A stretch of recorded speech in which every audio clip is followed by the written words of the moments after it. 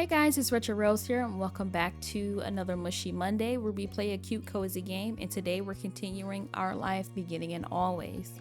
And we're going to do another moment.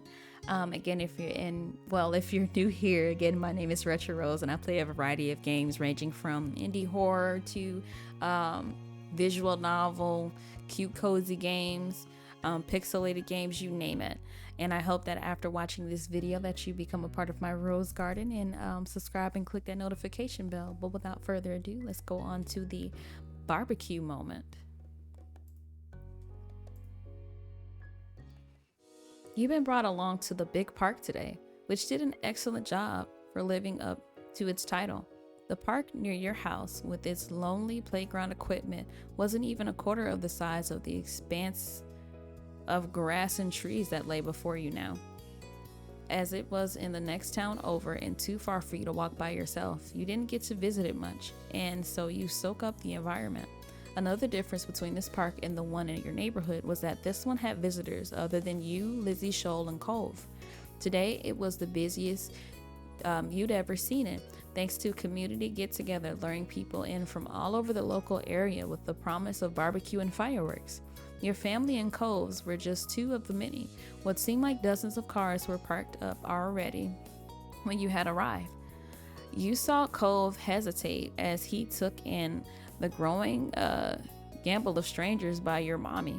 Lizzie bounced on the balls of her feet, barely containing her excitement. The crowd made me nervous, but you couldn't avoid coming to that event. Mommy had told you that the people running the community weren't charging for it, but she wanted them to get something in return, which is why you'd not been allowed to touch the beautifully iced cupcake she had been carrying on her lap during the drive over.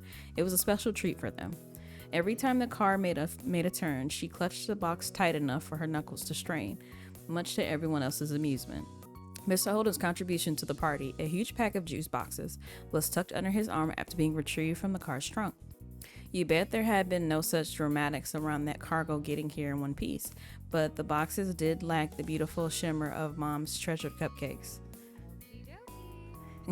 Everyone all set? Should be. Cove, did you put sunscreen on before we left? Yeah, I always do. You don't have to tell me. Mr. Holden deflated, his attempt at caring for his son rebuffed, but he triumphed with a smile. Good kid. I don't want you to get burned or dehydrated either. It'll be a busy day. Don't think there's going to be any risk of the second part. Mom nodded at the tables up ahead, laden with all kinds of food and drinks. She was right. There was plenty to go around. The parents headed over with you, Lizzie, Cole trailing after them. A bunch of grown-ups were clustered around there, chatting, but you were more intrigued by what was on the tables.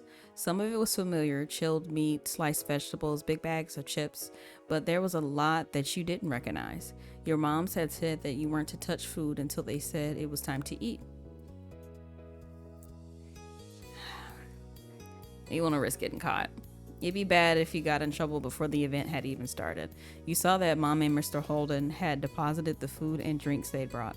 Mommy gave the cupcakes one final worried look before turning to you with a smile. Since that's the topic at hand, how about we freshen up with something to drink? Yeah, that'd be great. Along with the ones out, there was a giant ice cooler on the ground stuffed full of cans of soda, boxes of juice and milk, as well as bottles of water. Your drink was a soda. The bubbles in the soda tickled your nose as you gulped it down. Your little group took a break while everyone quenched their thirst. Mr. Holden smacked his lips, pantomiming enjoyment. That hit the spot, but you kids should go have fun. You could take your stuff with you and enjoy other kids' play games. Just don't go too far from the tables. We'll be keeping an eye out, so don't ever think about sneaking off. We're not going to the other parts of the park today. Lizzie huffed at their comments. They did sound directed at her, but she scanned the surroundings, nodding her head towards a group of kids like a general directing their battalion. She pointed the way. Come on, let's go over there. Cole's mouth was downturned as he looked from the parents and the other adults to new kids, clearly not favoring either option. But ultimately, he hunched his shoulders and tagged along after Lizzie. I went to go play with the kids. You followed after Lizzie and Cove, who were waiting for you on the outskirts of the group of parents. Hurry up. You picked up the pace, moving it into a jog, but when Lizzie pedaled away at full speed, you and Cove have no choice but to break it out into a run. The other kids were far out in the field. Still, at your speed, it wasn't long until you'd reach them. As you approached, they turned around and greeted the newcomers. Hi, I'm Lizzie. That's my little sister Rose. The one with the cast is Cove. Hi. Cove simply lifted a hand in greeting.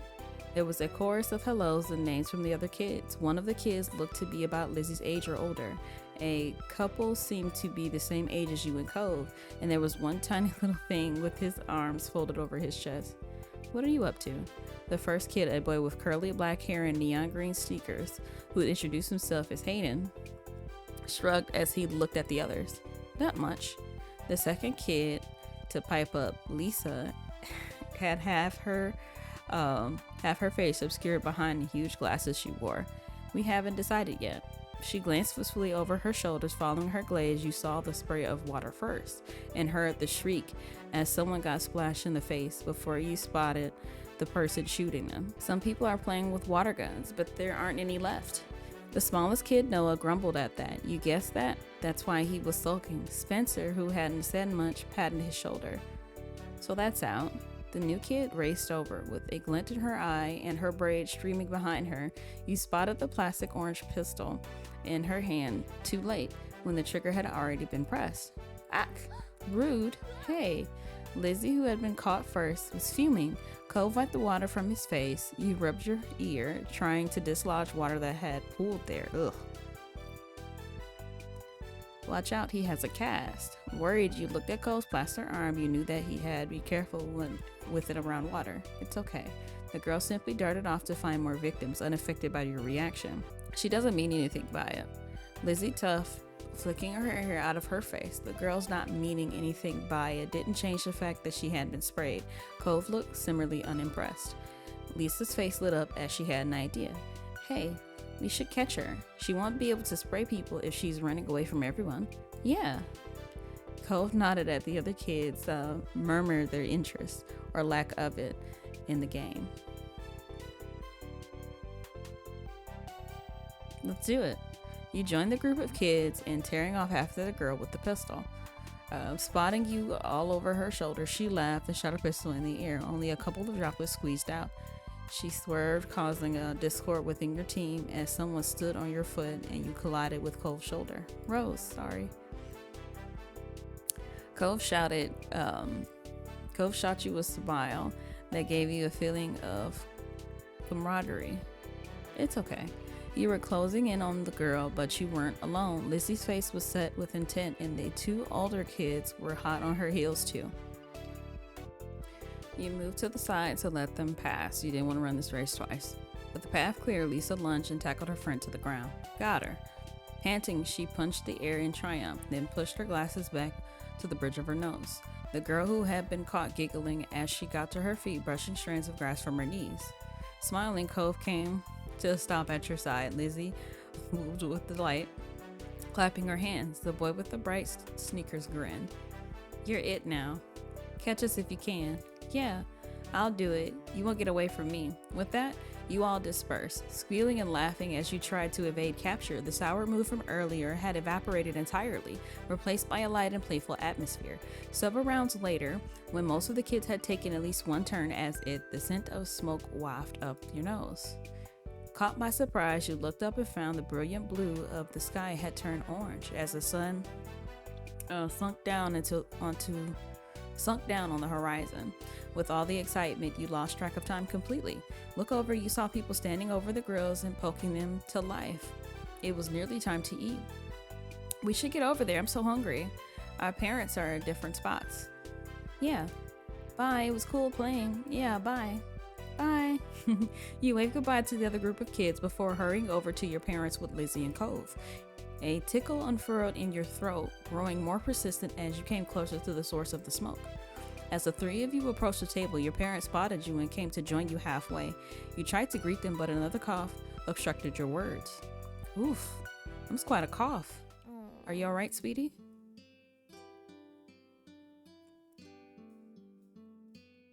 No. Oh, oh, baby, I'm sorry. The smoke will be gone soon. No need to go up to the grills if you don't want to. Just let me know what you need. There was no response from the other two kids here.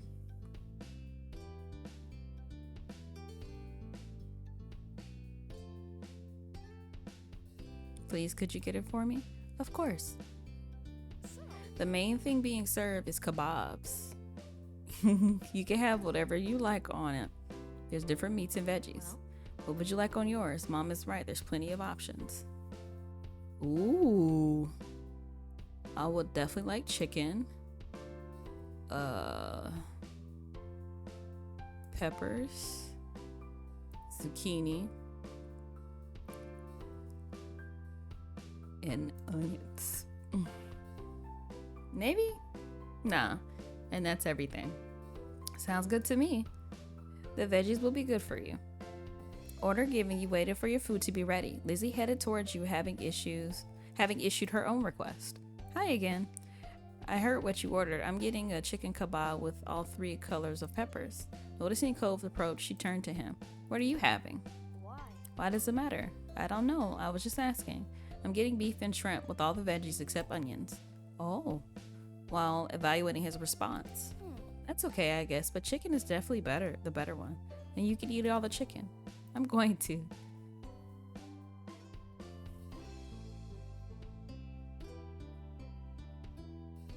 Well, I already picked chicken. Chicken is the best choice. Lizzie peered over the grills where the kebabs were being handed out, a growing assortment of kebabs collected in your parents' hands. They're coming over. Don't get jealous of mine when you realize you made the wrong choice, Cove. I didn't make the wrong choice. We all made good choices. It was just what kebab somebody eats. The person serving gave your mommy one final kebab, then your parents moved over to rejoin you. Between them, they were carrying 6 kebabs, one for each of you, including Cove and Mr. Holden. We've got the goods. Cove's dad is looking for a place we can sit. In the meantime, they began passing out kebabs to their rightful owners. Lizzie smiled smugly as she received hers. These are pretty big. Be careful not to drop them. And try not to poke yourselves with the other end either. They're sharp. They're sharper than you think. Hearing that, you tentatively pushed the tip of the skewer against your finger. It felt like a point of newly sharpened pencil. Though it didn't hurt your hand, you wouldn't want to scrape it on the roof of your mouth or jabbing your tongue. Mommy clucked her tongue. It would have been nice if the options were a little easier to manage and less messy to eat, especially for smaller children or kids. There aren't even plates for everyone, so we could set the food down for a second. That's what you get for the price of free, but we can't hack it, right? Lizzie nodded her head vigorously, clutching her kebab like a trophy. Your parents led you back to the tables. It was immediately evident why Mr. Holden had been sent out to scout one out. The benches had quickly filled up as people got their food. Mr. Holden was standing over a corner section near the edge of the seating area. He beckoned your group over to join him. You clambered on the bench, taking care not to let your kebab slip from your fingers. Cole took a seat next to you. Lizzie took the other side. Your mom passed the final unclaimed kebab to Mr. Holden. Thanks, this looks delicious. Thank you for getting us a space out here.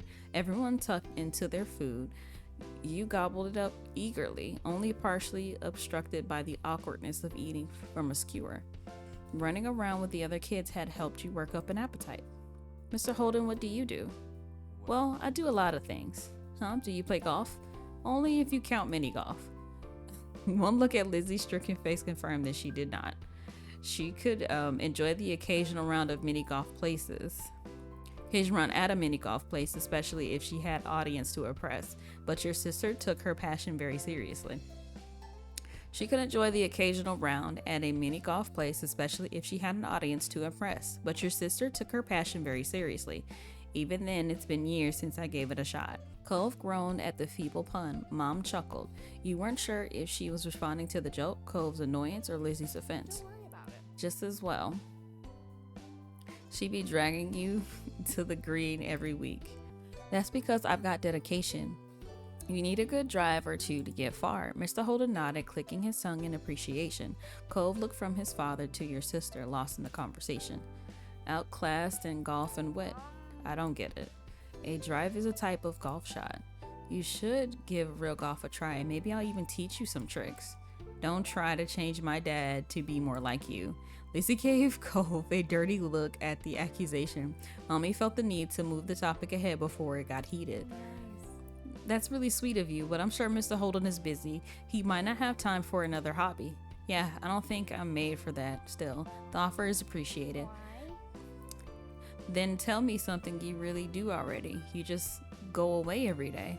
Oh, I figured he was a scuba diver because of the tattoo. But I didn't figure he was a scuba diver. I figured he was like just like a surfer. And just like, what do you call that?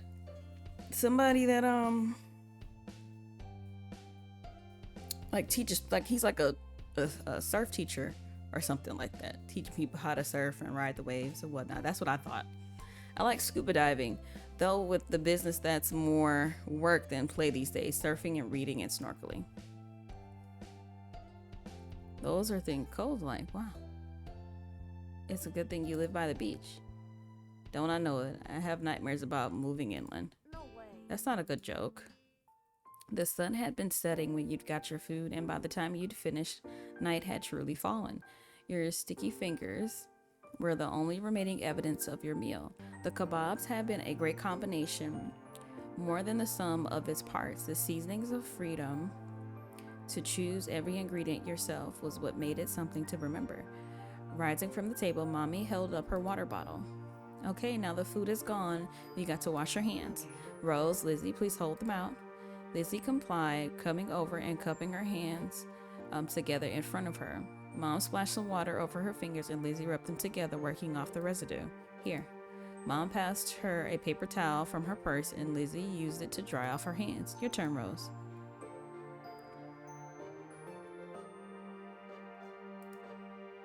Copying Lizzie, you washed your hands, taking care to clean every crevice between your fingers before wiping them dry. Nearby, Cove had taken his own course of actions, wiping his hands with his pants and leaving a stain where his fingers had been. Mr. Holden shook his head. Come on. Let's clean it off, pal. He scrubbed at the fabric with a scrunched up napkin. Dad, it's not that bad. When everyone was cleaned up, or as clean as they could be with the limited facilities, Mom spoke up. Let's go make one last check at the coolers and restock on drinks before the fireworks show. Oh, I almost forgot we had fireworks. No time, we have to get a good spot. Everywhere's gonna be taken. How about I go ahead and save space again, and you can meet with me in the field after getting the drinks. Then I'm going with Cove's dad. I'll find the perfect place. Okay. Sure thing, I can use an extra pair of eyes.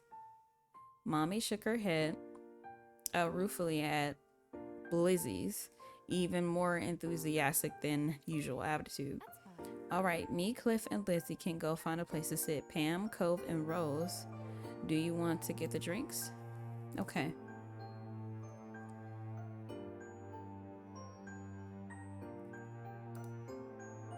As Mommy, Lizzie, and Mr. Holden headed off into the wide, open field where the fireworks were being set up, you joined Cove and Mom in returning to the cooler where you pick up drinks earlier. Even as you approached, you suspected you wouldn't find much in it where it had originally been stocked to the brim. It was now half empty. The ice had cushioned the drinks and kept them cool. Was largely melted, with only a handful of pieces floating in the like tiny icebergs. Slim pickings.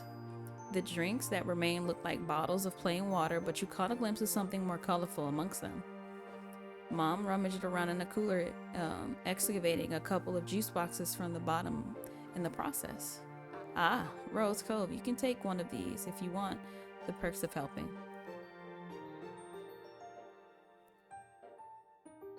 You took a juice box to share in the water for yourself. I took a juice box. Cove hesitated but decided to take a juice for himself. When you were each loaded up with your chosen drink plus an extra bottle or two for someone else in the group, Mom's phone started ringing. She juggled the water bottles over into the crook of her arm and looked at the caller. It's Mommy. Hold on tight while I get this.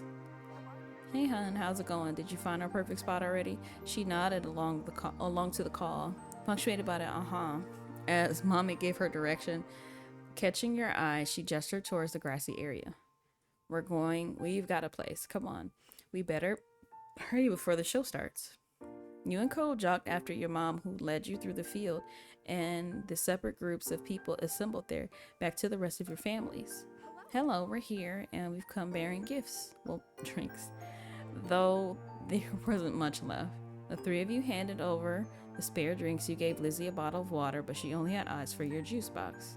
Rose and Cove have juice. They help get drinks. You got to pick where we sat. Don't be selfish. I'm not. Good. Then you're going to thank us for bringing you your very own water bottle. Thanks. Once everyone had been equipped with a drink for the big event, you sat on the grass beside Cove and waited for the magic to begin. Most people in the park had taken a seat now, with a few stragglers silhouetted back at the tables in the distance. A few rambunctious kids were still dashing about, but their number was steadily decreasing as their parents called them over and restored order. Some bearing a cardboard box weaved between the groups, pausing ever so often. You nudged Cove and pointed. What are they doing? Looks like they're handing something out. I can't make out what it is. I hope it's not a drinks. Mommy chuckled, but Lizzie and Cove were now watching the bestower of mysterious goods deal. Are they going to come to us too? Mom softly put her hands on top of your sister's shoulders, as if she feared Lizzie might bolt over to the stranger. Lizzie didn't even glance at her, her eyes locked on a potential prize. I don't know. Well, we'll have to wait and see. Studying the man with the box closely as he gradually meandered near, you could make out what he was handing out, small items on most of the group he stopped at. They seemed too short to be water bottles, but beyond that, it remained a mystery. Then the boxman made his way over to your group. Evening, I'm handing out desserts. Any takers? There's dessert? Lizzie squealed, hopping off the ground. The man chuckled. Oh, I love these! I'm going to take that as a yes. Ice creams on the menu, vanilla flavored with a twist of either chocolate or strawberry syrup. I used to have these. They still serve these in certain Chinese restaurants in my area, but these were like such a go-to for me as a kid. So it's so cute to see that. Nice. None for me though, thanks. Same, but the offer is appreciated. I want chocolate. Can I have strawberry? And I want strawberry for me too, please. And now you were going to have to make a decision, chocolate or strawberry. I'll get strawberry. Reaching into the box, the man brought out the requested ice creams and tossed them out. It came packed in a little plastic cup completed with a wooden spoon stuck to the lid. Yeah. The condensation. Wet your fingers in a pleasant way. Thank you. Kids, are you going to thank the nice man too? There was a chorus of thank yous. He accordingly nodded and walked off to the other group. The man couldn't spend much time in each group considering how many he had to get to. You peeled back the tab that covered the ice cream and got right into your unexpected treat. It's tasty. It tastes amazing. Lizzie was definitely enjoying hers. Coles was too.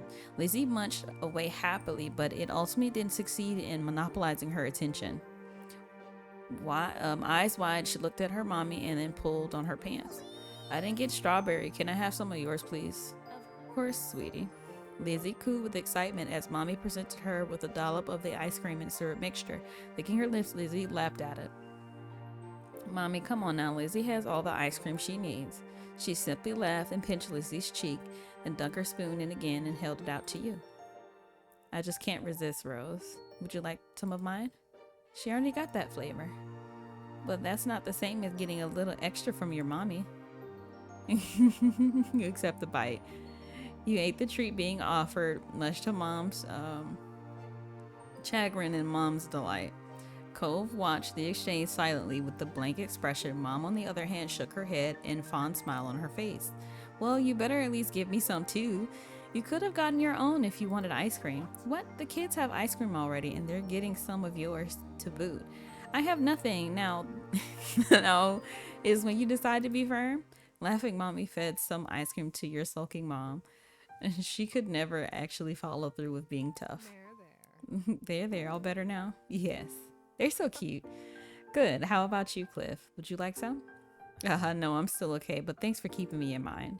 Cove, It's only fair that you get the choice too. Cove shook his head firmly, concentrating on his own cup. Mommy smiled. Okay, as long as no one is feeling left out. Mommy was always so nice to everyone. You look over at Cove. He was digging into his ice cream, which bore the same pinkish red swirl as your own. Want some of mine? You held your spoon out to him. Glancing up at you, Cove cocked his head with a curious angle. I already have that one. I want to share anyway. Cove looked around bashfully, but nodded nonetheless. You took out a bit of ice cream and held your spoon out to him. After another furtive glance, he nibbled at it. He seemed lost in thought, almost like he was contemplating why he took ice cream he didn't really need. Oh. Mommy was gazing at the two of you. Her mouth was an open smile as if she was about to say something else, but Mommy tugged on her collar. Don't embarrass them. Cove didn't appear to hear the exchange. He took the spoon of his own ice cream, excavated some, and held it out for you to eat. You accept the treat. In the end, that kind of made it pointless. You each ate the same strawberry ice cream out of different cups. Your mommies did like to say it was the thought that count though. Hey, if you're sharing too, I'll take some. You already asked your mom to give you some. So what? Mommy was gonna let you have a bite and you didn't take it. You can have some of mine. Thank you. You're the best. She enthusiastically took a bite of her ice cream before then offering a bite of hers in exchange. For you, but none for Cove. He didn't think we should keep sharing. She stuck her tongue out at him. You're right, I didn't want to. Ignoring that, she turned her attention back to her own cup of ice cream. Then the first firework cut through the sky, whistling as it ascended until it hit the crescendo with an explosion. The park flashed as if alight. Squealing, Lizzie leaped to her feet. Her forgotten ice cream tumbled to the ground as the firework crackled into tiny drops of glitter in the sky. It's starting. Everyone else looked up at the sky as another firework whizzed through the air. With each explosion, Lizzie would jump into the air.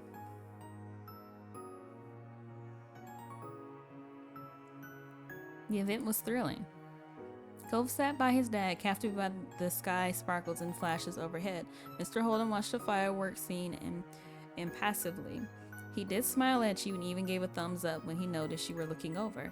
Mommy hopped to her feet, pulling Mom with her, pushing her into joining Lizzie and jumping up in tandem with every crack of the firework. Mommy then bent down to offer you a hand up too. You got up, and beckoned Cove. Cove got to his feet nervously, tailing after you as you stood with your family. Your mom's face is lit up, literally and metaphorically, as you approached. The five of you shrieked and leaped along with the sparkles in the sky, not trying to contain your joy at the experience of the sight together. The fireworks continued, some twisting like the coil of a spring as they arched into the air, others shooting straight up from the ground and shattering into a million tiny specks. Every color got its spotlight in the show, from fiery red to eerie greens to blues that could rival the ocean. The show built up to a grand finale that boomed over the park and filled every inch of the sky, the twinkling lights representing the full spectrum of the rainbow. The exhilaration that had fueled you while the fireworks were going off was sapping dry now, and that show had finished. You collapsed into a giggling heap on the ground, suddenly aware of how your legs ached from your exertion. Cove tumbled down with you, his expression gleeful. Mr. Holden watched as his son with an expression much happier than one he had worn while watching the show. Lizzie gave a final whoop of delight and shared a high five with Mom as Mommy shouted for an encore into the night. You didn't know what that meant, but you liked the way it made Mom laugh. Though the sun had gone down long ago, the air on your bare arms was warm. You took in your giddy family and their spirits beyond by the firework display. Then your new friend and his father, who looked happy in their own quieter way and smiled. This had been a pretty special night. Oh. Well, guys, that was BBQ. This kind of reminds me of when we used to go watch fireworks and sit out in the park. So it was cute again to see that ice cream. I haven't seen that ice cream in so long, so it was nice to see it. It's like I'm kind of seeing more and more of how Cole's relationship with his father really is. I know it's kind of strained because of the circumstances back at home and they're out here. So I'm just really curious as to what else there could be, you know. I'm really excited to see how these relationships develop, and if Mr. Holden want to open up a little more, you know, it's like I want Cove and Mr. Holden to have a good relationship.